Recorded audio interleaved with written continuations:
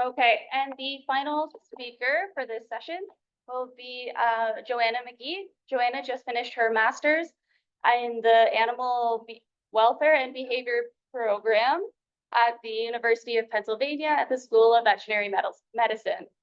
And Joanna is advised by Thomas Parsons, and this work today is with both Thomas and Jen-Young Chu, and it will be looking at the activity budget in post-weaned sows.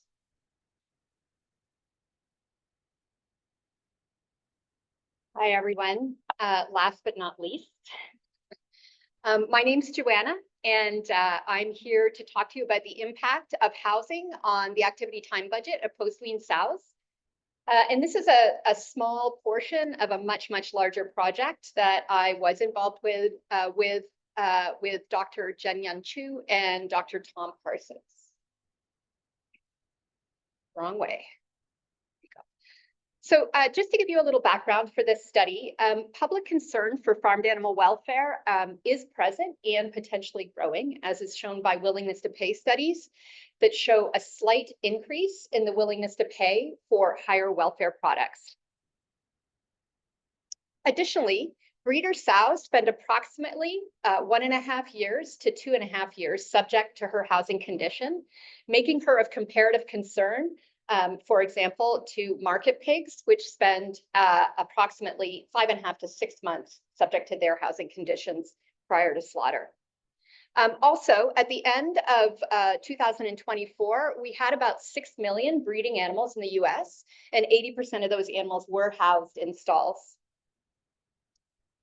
But the real motivation behind this project was the passing of Proposition 12 in California in 2018. Prop 12 currently impacts producers who sell their pork products nationally in the state of California.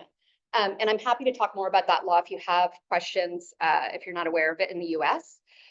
However, Prop 12 was developed without supportive behavioral and welfare data. And so we wanted to look a little more closely at this realm. Additionally, this work does focus on a complex stage in the production cycle that includes weaning and estrus, making it a time of significant physiological and psychological change. There is limited research on this production stage, particularly as it relates to mental state and welfare. Most of the research that's available is on the post-weaning stage is related to productivity. So because all previous welfare legislation has allowed post-weaned sows to go directly back into stalls, we asked, what is the best way to house Prop 12 post-weaned sows? So our hypothesis is, compared to stalls, housing of post-weaned sows in pens will result in behavioral changes consistent with improved welfare. Okay, a little bit about our research design. The study was conducted at the Penn Vet Swine Teaching and Research Center. All of the animals were Parity 1 sows, and they were TN semi-tow pigs Norseman. None of the study subjects had experienced a stall prior to the study period. And we had 53 subjects in 5 batches between March 12th, 2021 and May 13th, 2021.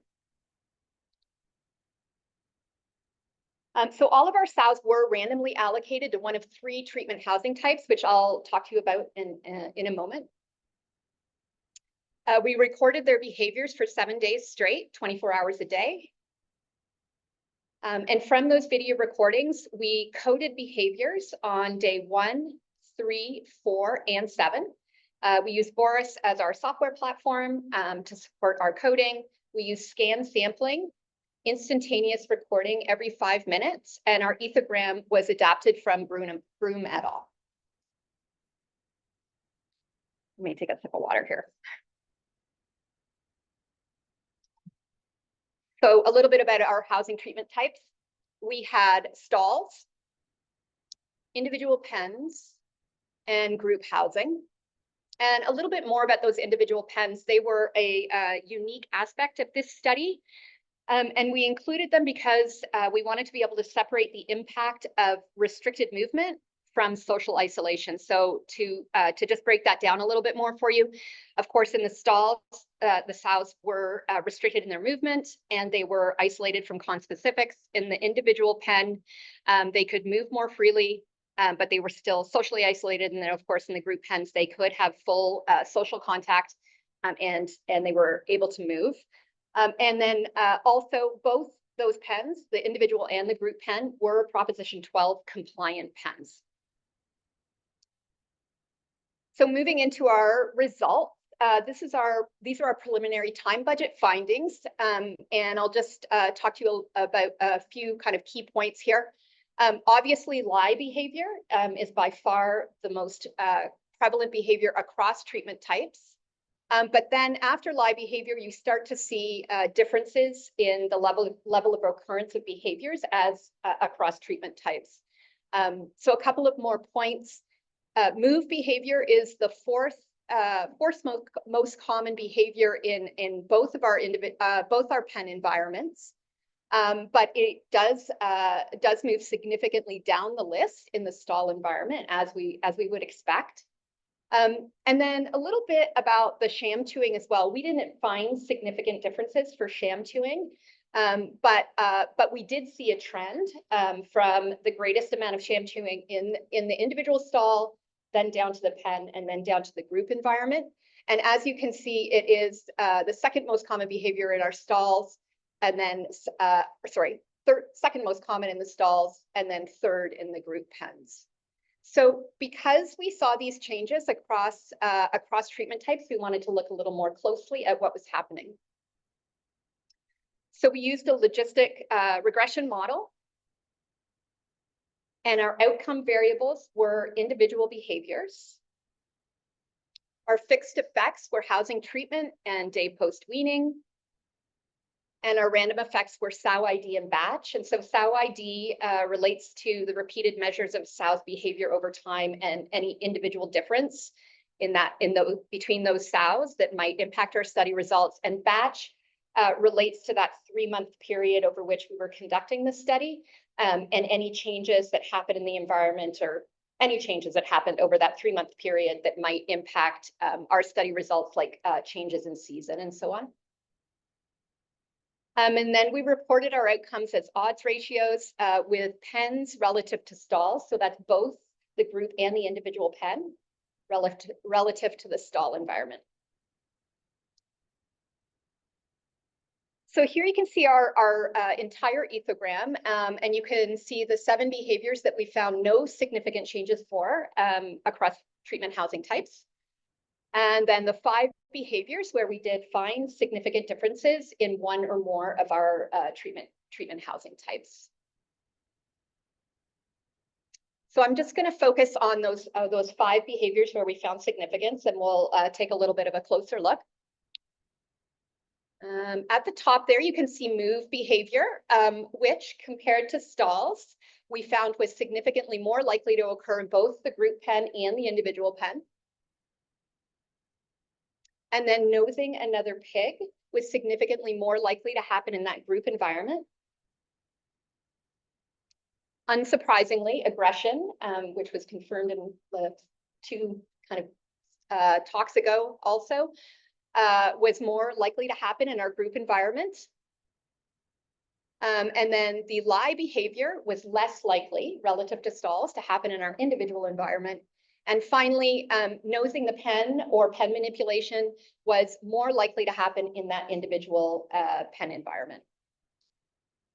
So preliminarily, we categorized that increased move in both the group and the individual pen, as well as the nosing another pig, as indicative of a greater, more positive welfare state for the animals housed in those treatment housing types. And then that increased aggression in the group environment, the decreased lying behavior in the individual environment, and the increased pen manipulation in the individual environment, we categorized as indicative of a more negative welfare state for those animals. So to look at that in a slightly different way, here you can see along the top the behaviors that we are categorizing interpreting as improved welfare for this particular housing type, and that is in the group pen, nosing another pig and moving, and in the individual pen, the movement. Along the middle, you can see the behaviors where we did not find significance in this treatment type. And then along the bottom, you can see the behaviors that we have interpreted as indicative of reduced welfare for these treatment housing types. And that's the increased aggression in the group, the increased pen manipulation or nosing the pen in the individual pen, and the decreased lying. So to wrap that up for you, perhaps it was surprising to you and us that a number of our ethogram behaviors remain unchanged across treatment groups. However, we did limit our observations to only 7 days. And we do wonder that if we had lengthened that time period over which we were observing the sows in their housing types, if we would have seen different results and more significance in some of the other behaviors. However, the 7 days post-weaning is the significant time of the production cycle for that Prop 12 law, and that's why we kept it to the 7 days. And finally, we do think that the evidence supports pens being a better welfare than stalls, and moreover, we think that group pens offer better welfare than individual pens because they allow freedom of movement and social contact.